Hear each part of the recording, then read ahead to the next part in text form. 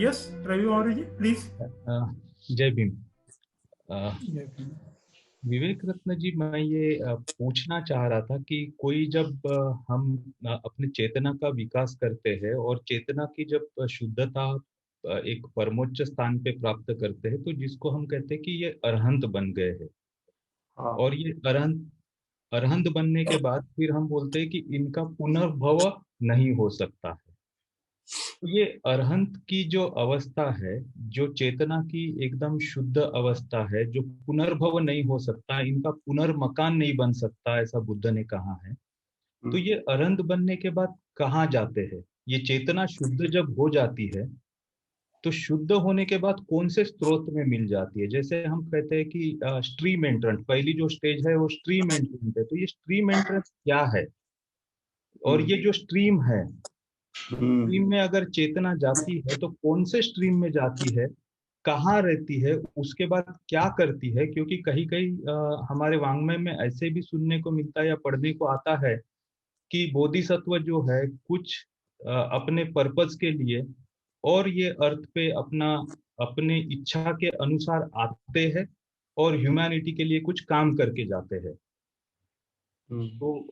तो ये कहाँ रहते हैं बाद में अरहंत बनने के बाद, और क्या करते हैं, और क्या होता है एक्चुअली ये चेतना का वो लेवल में जाने के बाद? यही मैं जानना चाहता था। Thank you. ओके,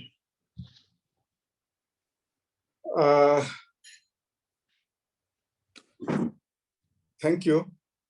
और निश्चित तौर पर ये जो सवाल है ये एक प्रकार से पारलौकिक स्तर का सवाल है, पारलौकिक जीवन को समझने की बात है। और आप यदि बुद्ध चरित्र की बात देखते हैं या कहते हैं, या आपने भी कहा है कि कहाँ जाती है, तो बुद्धिज्म का ध्येय है विमुक्ति प्राप्त करना। हाँ? और विमुक्ति प्राप्त करने का मतलब जो है कि जब मुक्त ही हो गया है तो उसका कहाँ ठिकाना रहेगा? तो ठिकाना बताना मुश्किल है कि चेतना शुद्ध होने के बाद या विमुक्त होने के बाद, शुद्ध होने का मतलब है विमुक्त हो गया है, कि जब चेतना पूरी तरह से या कॉन्शियसनेस पूरी तरह से शुद्ध हो गई है तो वो विमुक्त हो गई है। जब तक वो शुद्ध नहीं है तब तक वो बंधन में है। तो यह विमुक्त चेतना कहाँ संचार कर रही है, कहाँ है, किस तरह से है, ये कहना मुश्किल है। और उसका ठिकाना ढूंढना भी मुश्किल है। और स्वयं बुद्ध कहते हैं कि यह मनुष्य के तर्क के या मनुष्य के जो परसेप्शन है उस परसेप्शन के परे की बात है। हम उसको परस्यू नहीं कर सकते कि ये चेतना कहाँ है, किस जगह से स्थित है। अब कोई व्यक्ति अरहत बन गया है, अरहत बन गया है, उसकी चेतना तो मुक्त हो गई है, लेकिन जो कुछ भी मुक्त चेतना है उस मुक्त चेतना से भी वह कार्य कर रहा है, लेकिन वो जो कार्य कर रहा है उसका कर्म विपाक नहीं है। इसलिए कर्म विपाक नहीं है कि वो पूरी तरह से मुक्त चेतना है। तो इस तरह से जो भी पारंपरिक, अब इसका अनुभव तो नहीं है, तो ये जो कुछ भी मैं आपको बता रहा हूँ, जो कुछ भी ग्रंथों में वर्णित है, उस ग्रंथों के वर्णित के अनुसार ये कुछ बातें हैं कि बुद्ध ने स्वयं बताया कि उसके बारे में कुछ भी नहीं कहा जा सकता, उसका बयान नहीं किया जा सकता, कि वो जो शुद्ध हुई चेतना है, अरहत बनने के बाद की जो चेतना है, अरहत के देह त्याग की जो चेतना है, वो कहाँ है, वो कौन सी है, किस जगह से है, और किस जगह वो जाती है, किस जगह से आती है, ये कहना ही मुश्किल है। उसके बारे में कुछ शब्दों में उसको बांधना भी मुश्किल है, वो अनुभव से परे की बात है। तो इसलिए ये कहना या उसके बारे में कुछ कमेंट करना, क्योंकि उसके बारे में जो ग्रंथों में वर्णन किया गया है कि it is beyond the perception, it is beyond the हमारे जो समझ की है, हमारे तर्क की है, हमारे लैंग्वेज और शब्दावली के परे की बात है। इट्स ओनली ए एक्सपीरियंस, और एक्सपीरियंस के बाद की ही बात हम नहीं कर सकते, क्योंकि उसका कोई एक्सपीरियंस है नहीं है। तो इस तरह से मैं कह सकता हूँ, इससे ज्यादा तो कहना मेरे लिए मुश्किल है, और मैं नहीं बता पाऊंगा कि वो चेतना कहाँ जाती है और कहाँ से आती है, क्योंकि वो मुक्त है। दूसरी बात आपने कही कि स्रोत क्या है, प्रवाह क्या है।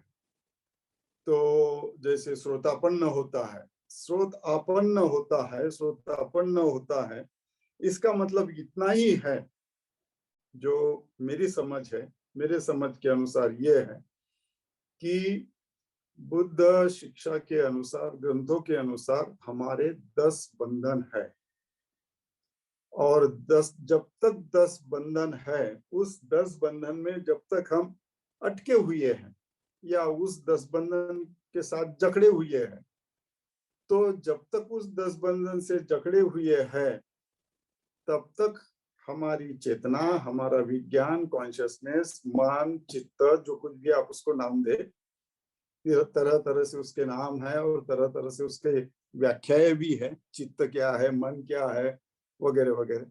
तो कहने का मतलब यह है कि जब तक इन 10 बंधनों में वह बंधा हुआ है, तो ये जो आवागमन की बात है, ये आवागमन की बात जारी है, जो हम चर्चा कर रहे हैं इस प्रतीति समुत्पाद के तहत।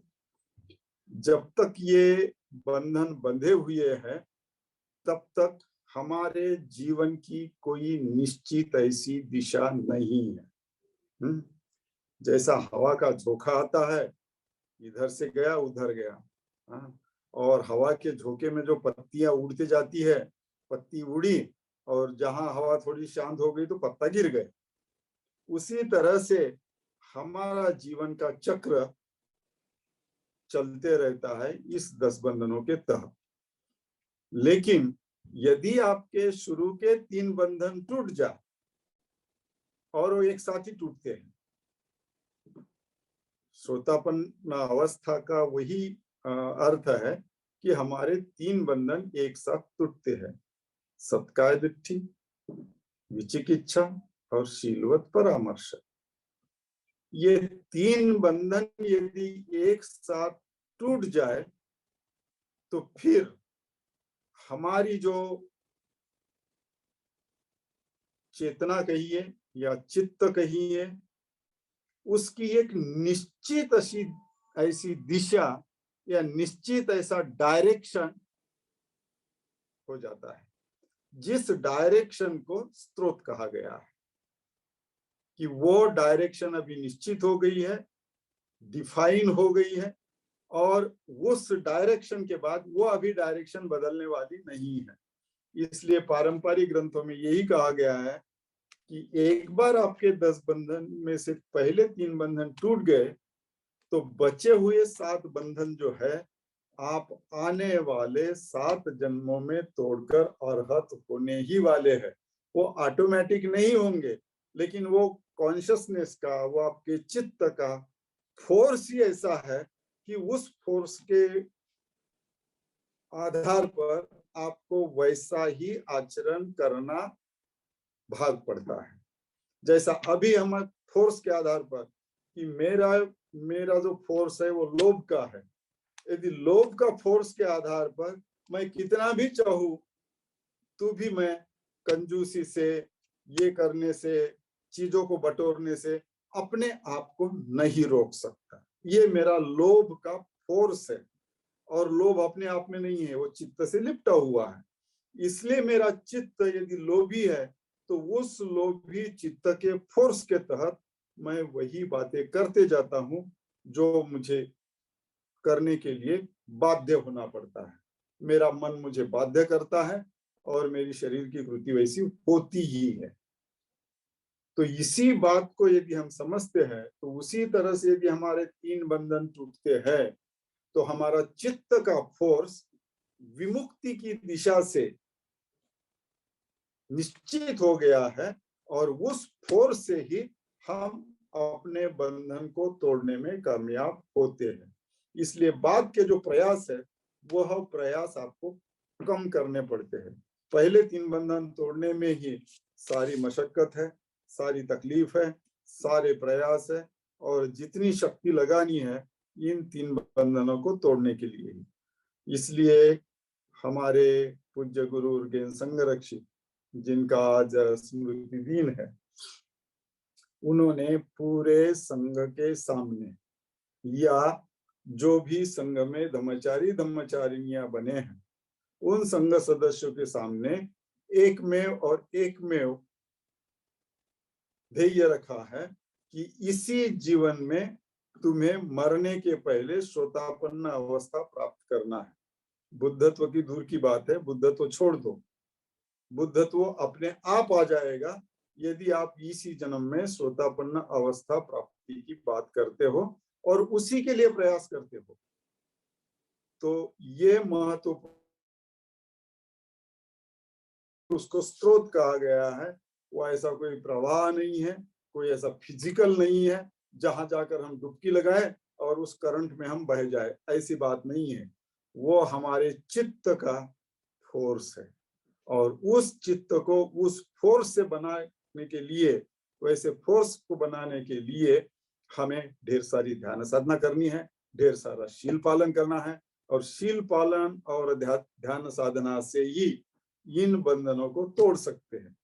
जैसा मैंने वो जटा सूत्र की बात कही, अंत जटा बही जटा जटाय जटतम पजा। तो ये जो बातें हैं, सो जटा को तोड़ने की बात है, वो आपको बहुत प्रयास। और बुद्ध ने क्या उत्तर दिया? शीले प्रतिष्ठाय नरो सपई। शील पर प्रतिष्ठित होकर पुरुष यदि ध्यान भावना करता है तो प्रज्ञा के आधार पर बंधनों को तोड़ सकता है।